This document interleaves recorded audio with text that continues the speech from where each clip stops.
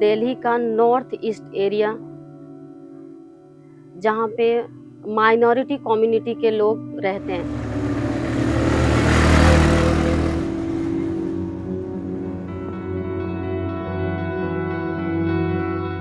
एक ऐसा एरिया जो ये लोग यहाँ रहते हैं, उन्होंने अपने आप को मेन स्ट्रीम से अलग कर चुके हैं।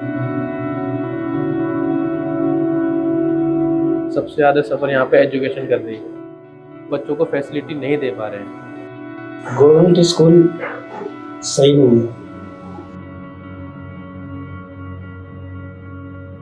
भीड़ ज्यादा हो गई है। अब तो काफी लोग आ गए हैं किराए पे, फ्लोर बन रहे हैं। बिल्डिंग गिरी थी, बहुत सारे वहाँ पर डेथ हुई थी, बहुत सारे लोगों की।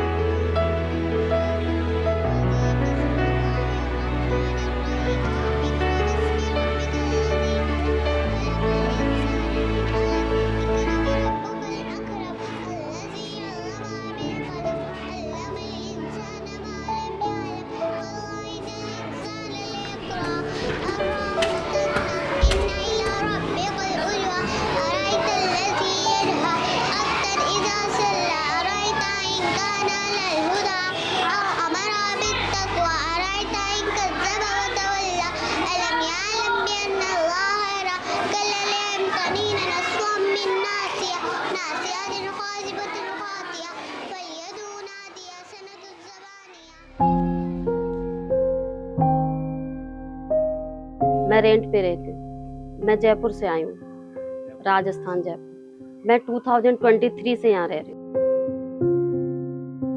मुस्तफाबाद सेफ्टी पर्पज से आते हैं, एक मतलब कि उनको ऐसा लगता है सिक्योरिटी है, मुझे यहाँ पे मैं सेफ हूँ, क्योंकि यहाँ पे रिलीजन के लिए पूरा फ्रीडम मिलता है। पे उन्हें नमाज पढ़ने की या फिर मस्जिदें हैं, यहाँ पे बुर्का पहनने की लोगों को आज़ादी है। अर्बन हाउसिंग डेवलपमेंट इंडेक्स ने जो सर्वे किया, उस सर्वे में उसने बताया कि 70 नए लोग हर दिन दाखिल होते हैं, अपने जीने के लिए यहाँ पे आते हैं। इसका मतलब महीने में 2100 लोग आते हैं, साल में 25,200 लोग आते हैं। तो इतना बड़ा पॉपुलेशन यहाँ पे माइग्रेट कर रहा है in the name of safety security. आप पूछो। तो बिल्डिंग बेटा इसलिए गिरती है जब हमारे पास लैंड कम होती है और वहाँ पे पॉपुलेशन ज़्यादा हो जाती है, तो जो घर बनाते हैं ना लोग, तो एक फ्लोर बाय बहुत ऊंचा बनाते रहते हैं। जब वो ज़्यादा हैवी होता रहता है ना, उसके ऊपर लोड बढ़ता रहता है बहुत ज़्यादा, तो उस वजह से बिल्डिंग क्या नीचे बैठ जाती है और वो पूरी ढह जाती है, नीचे गिर जाती है पूरी तरीके। पानी वाला यहाँ से हट जाता है।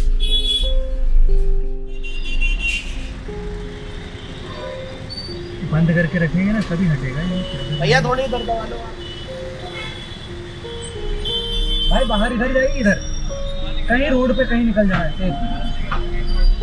जो नहीं जानता है ना वो आके फंस जाता है, और जो जानता है ना वो कतई नहीं लेगा।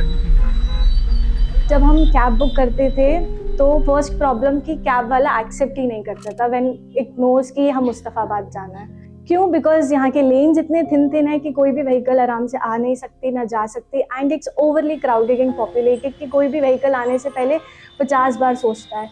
एंड जब अगर गलती से भी कोई कैब बुक हो गई है तो फिर जाते जाते हमें बहुत सुना के जाता है।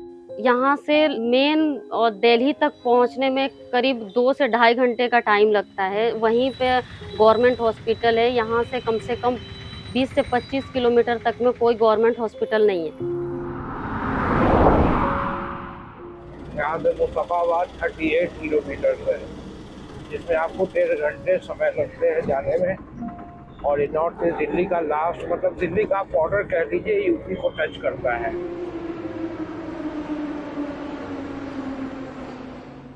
यहाँ से जाने में आपको 2 बार ऑटो चेंज करना है, 3 बार मेट्रो चेंज करना है, तब आप मुस्तफाबाद पहुँच पाएंगे।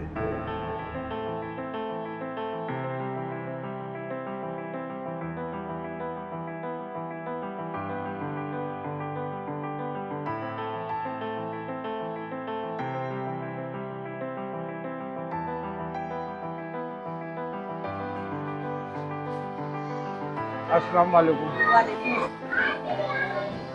वालेकुम। मेरा जो प्रोफेशनल एक्सपीरियंस रहा, उस एक्सपीरियंस में मैंने नोटिस किया इंडिया का जो 20% माइनॉरिटी पॉपुलेशन है, वो मोर और लेस सिस्टमिक बायसनेस का शिकार हो चुका है। ये 2019 में 20 में जब दंगे हुए, प्रोग्राम हुआ, जो कम्युनल वायलेंस हुआ, उसमें मैंने देखा कि यहाँ का पॉपुलेशन घिटवाइज हो गया और फियर फैक्टर सबसे ज़्यादा है in the sense of survival, first survival, existence. ये लोग दूसरे एरिया में जाने लगे। लाइक बिहार में जब दंगे हुए, वहाँ लोगों के घर जलाए गए, तो लोग वहाँ से भाग के मुस्तफाबाद आ रहे थे just for existence, just for right to life. भाइयों ने पूरी प्लानिंग के साथ जलाई है,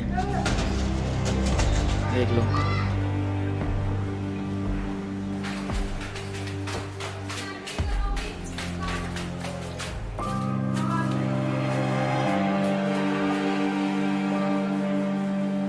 यहाँ पे जो भी लोग हैं अपने हाथ से काम करने वाले लोग हैं, उनके पास बहुत कम ऐसी चीज़ें थी कि टेक्नोलॉजी की कि बच्चे एजुकेशन अपनी पा सकें। तो हमने वहाँ पे पहले कोचिंग क्लासेस से स्टार्ट किया। तो हमने देखा कि ये 9-10 के भी बच्चे आते थे और ये बच्चे रीडिंग तक नहीं कर पाते थे। तो हम सब ने ये फैसला किया कि हमें सबसे पहले एजुकेशन पे काम करना है।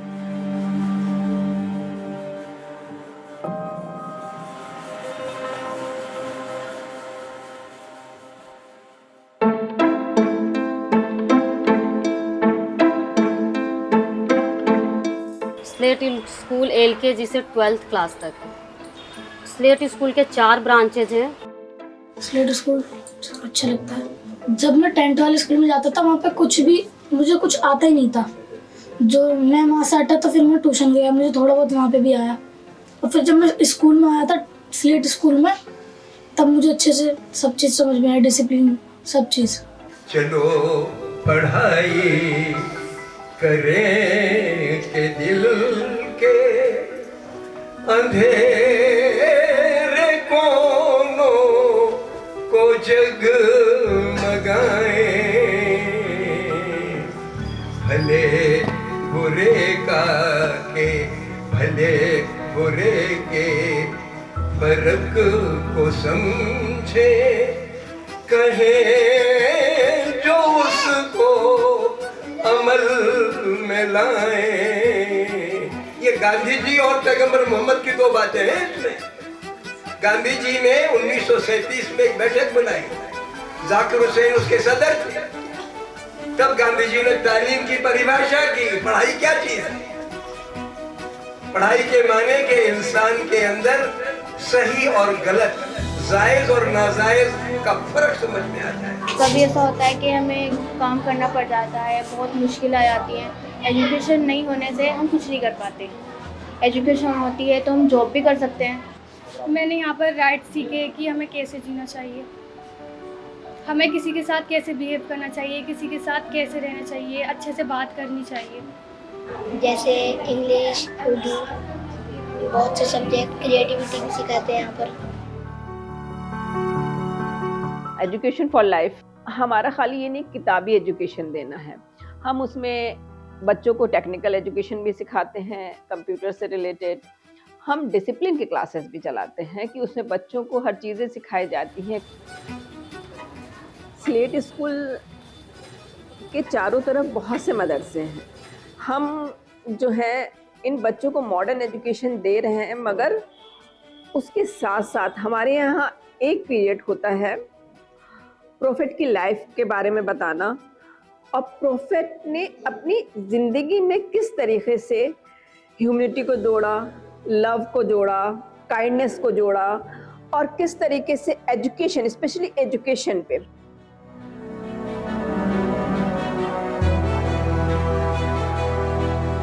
फर्स्ट के बच्चे भी कंप्यूटर को हम सिखाते हैं, उनको थ्योरी भी सिखाते हैं, प्रैक्टिकल भी सिखाते हैं बच्चों को। आने वाला टाइम हमारा एआई बेस्ड है सारा, तो हम उनको अभी से इतना एडवांस बनाना चाहते हैं ताकि वो अपने आने वाले करियर में अच्छी तरीके से उस चीज़ को समझ लो। एजुकेशन को हमें टेक्नोलॉजी से जोड़ना है, चाहे वो साइंटिफिक एजुकेशन हो, चाहे वो लिटरेरी एजुकेशन हो।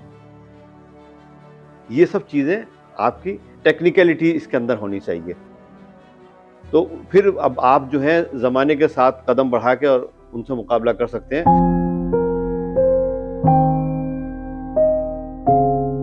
स्लेट स्कूल में हम टीचर्स को और एडमिनिस्ट्रेटिव मेंबर्स को भी खुद से ही लंच प्रोवाइड करते हैं। We are going to our kitchen, जहाँ पे हम स्टूडेंट्स के लिए अपना लंच प्रिपेयर करते हैं। इस चीज़ की टेंशन ही नहीं है कि आप सुबह जल्दी आ रहे हो और लंच की वजह से लेट हो जाओ। इस चीज़ से टीचर्स पर भी और स्टूडेंट्स पर दोनों पर इम्पैक्ट करता है। वो पंक्चुअल रहते हैं, अटेंडेंस उनकी फुल रहती है।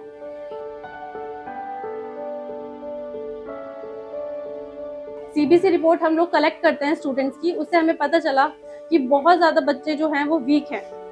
बच्चे स्कूल की बहुत ज़्यादा एब्सेंट हो रहे थे। एब्सेंट होने की वजह से हम लोगों ने ये इनिशिएटिव लिया कि उनको स्कूल के थ्रू ही लंच प्रोवाइड करा जाए। हम लोगों ने डेटा कलेक्ट करा है। हम मंथ टू मंथ ABPR बनाते हैं, attendance based academic performance report, जिससे हमें पता चलता है कि एक मंथ में एक बच्चा कितने दिन स्कूल आया है और कितने दिन नहीं आया है। हम उसमें से एब्सेंट स्टूडेंट, मतलब जिन बच्चों को B ग्रेड मिलता है उसके अंदर, उनको भी हम अलग से रिफाइन करते हैं और उनको हम मोटिवेट करते हैं स्टूडेंट्स को स्कूल में आने के लिए।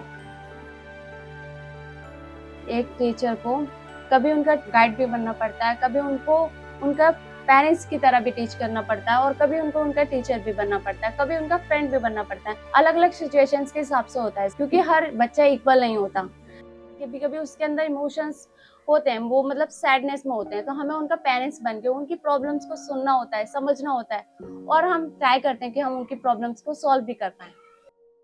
एकेडमी के लिए जो एजुकेशन है वो तो आप फ्री दीजिए, और बाकी चार्जेस जो हैं, बुक्स हैं, तो बुक्स को आप ऐसे भी कर सकते हैं कि उसको बड़ी क्लास है वो आगे गई तो छोटी क्लास को किताबें दे दी जाएं, तो एक किताब जो है वो कई बार रीयूज रिसाइकिल होती चली जाएगी। जैसे बुक बैंक होते हैं स्कूल में बना देते जाते हैं, तो इस किस्म की चीज़ करेंगे तो किताब का जो इस्तेमाल है वो भी फुल्ली अच्छे से यूटिलाइज हो पाएगा। एक किताब जो है 2-2, 3-3 फैमिलीज पढ़ लेंगी, 4-4 फैमिलीज। बच्चों के लिए तो हर चीज़ होनी चाहिए जो बच्चे चाहते हैं। बच्चों के लिए खेलने की जगह होनी चाहिए, बच्चों के लिए पढ़ाई के लिए भी अच्छी पढ़ाई मिलनी चाहिए। अब आप उसमें एक एजुकेशन सिस्टम को आपने डेवलप किया है, उसमें बच्चों के पास कोई प्लेग्राउंड नहीं है। और बच्चों से हम लोग ड्राइंग करवाते हैं कि फुटबॉल कैसे खेला जाता है, क्रिकेट कैसे खेला जाता है। बच्चे बड़े उसको आप उस इमोशन को मैं जवाब नहीं दे सकता, मैं खुद शर्मिंदा हो जाता हूँ।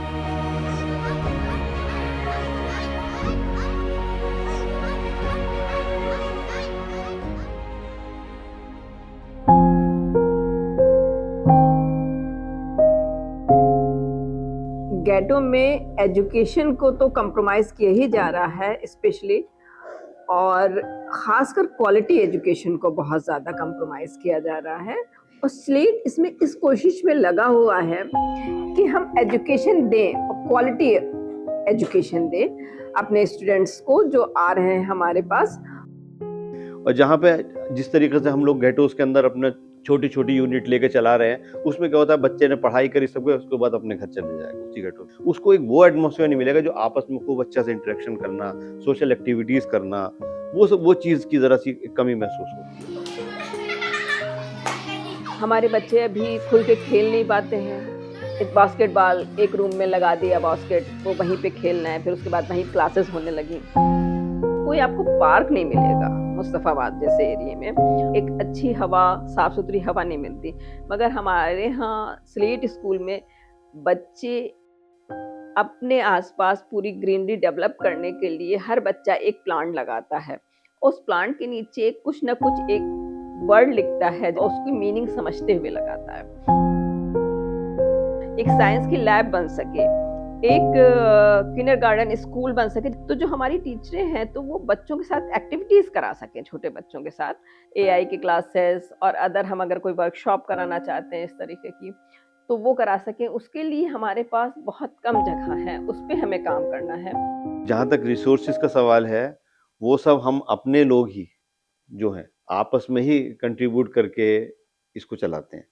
हमें तो अभी इतना वो उसमें नहीं है कि हम इधर उधर जाएं। बाकी ये कि कोई हमें अपना हमारा दोस्त है, मिलने वाला है, या अपने हम लोग हैं, इस तरीके से चल रहा है। क्योंकि Rome was not built in a day, time लगता है हर चीज़ के अंदर, मगर ये कि कोशिश करते रहेंगे जितनी भी कोशिश होगी। तो फ्यूचर प्लानिंग है कि एक यूनिवर्सिटी एस्टेब्लिश करें इंशाल्लाह। I have spent my 9 months in Slade School and learned multiple professional key points from the Slade School: leadership quality, team management, teamwork, punctuality, loyalty towards my work. शिक्षा सिर्फ degree के लिए नहीं, जिंदगी के लिए, ये हमारा मकसद है और ये एक सोच है। Absolute free education for life.